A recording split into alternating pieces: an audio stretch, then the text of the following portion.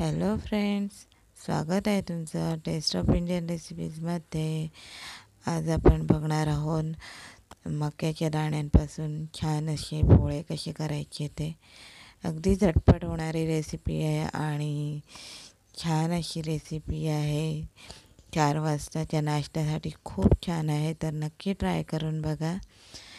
तर इथे मी एक चे दाणे काढून घेतलेले आहेत आणि टोमॅटो एक कापून घेतलेला आहे आणि शिमला मिरचीचे तुकडे करून घेतलेले आहेत बारीक मी. तर इथे मी बाऊल घेतलेला आहे. तर त्याच्यामध्ये हे सगळं मी आपल्याला दाणे वगैरे सगळं टाकून घ्यायचे आहेत. अगदी झटपट होते रेसिपी आणि खूप भारी लागते. नक्की ट्राय करून बघा. तर इथे मी आता कॉर्नफ्लॉवर घेतलेलं आहे.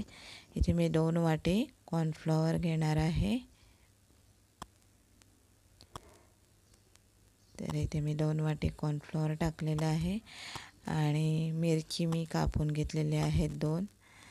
तर मिरची कमी जास्तही करू शकता तुम्ही. लहान मुलं असतील तर कमी टाकायची आणि मीठ चवीनुसार घ्यायचं आहे.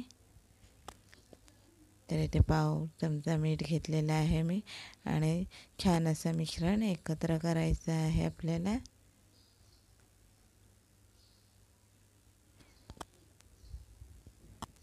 आणि थोडं थोडं पाणी टाकून बॅटर तयार करायचं आहे.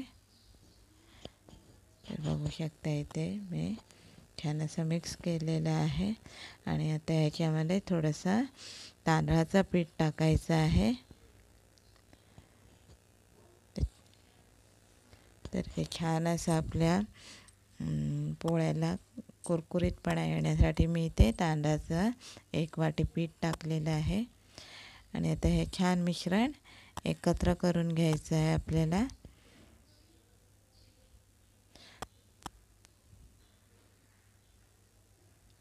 तर मिश्रण छान असं एकत्र झालेलं आहे. तर हे मी आता साईडला ठेवून देते आहे. तर आता आपण गॅस चालू केलेला आहे आणि त्याच्यावर आपण पॅन तापत ठेवणार आहोत. पॅन छान तापल्यावर आपल्याला याच्यामध्ये थोडंसं तेल टाकायचं आहे. इथे मी अर्धा चमचा तेल टाकलेलं आहे.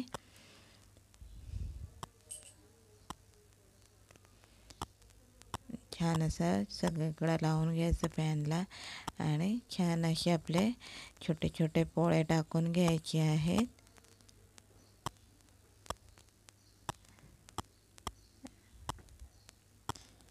छान असं सगळीकडं व्यवस्थित पसरवून घ्यायचं आहे मिश्रण आणि ह्याच्यावर एक मिनटं छान असं झाकून ठेवायचं आहे. त्याला छान अशी वाफ येते आणि पटकन आपले मक्याचे दाणे शिजले जातात. तर इथे बघू शकता तुम्ही छान असं आपला पोळा तयार झालेला आहे. त्याच्यावर आपण थोडीशी काळी मिरी मी टाकणार आहे आणि तयार आहे आपला पोळा. तर आम्ही आता काढून घेणार आहे.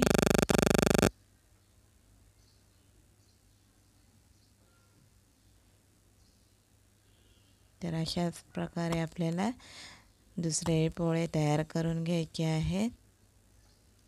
अगदी झटपट होतात आणि खायलाही खूप भारी लागतात. नक्की ट्राय करून बघा.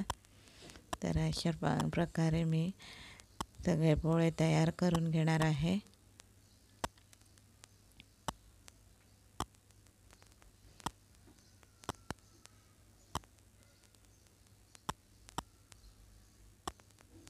तर हाही मी काढून घेते आहे. अगदी पटकन होतात. तर कशी वाटली आजची रेसिपी ते नक्की मला कमेंट करून सांगा आणि आवडली तर आपल्या चॅनलला सबस्क्राईब करायला विसरू नका. खूप भारी बघू शकता तुम्ही. खाली पण छान असं खरपूस भाजलेलं आहे आणि छान असे तयार झालेले आहेत. आपले आणि खूप चविष्ट लागतात. नक्की ट्राय करून बघा. पुन्हा भेटू एका नवीन रेसिपीसह. त्यापर्यंत नमस्कार.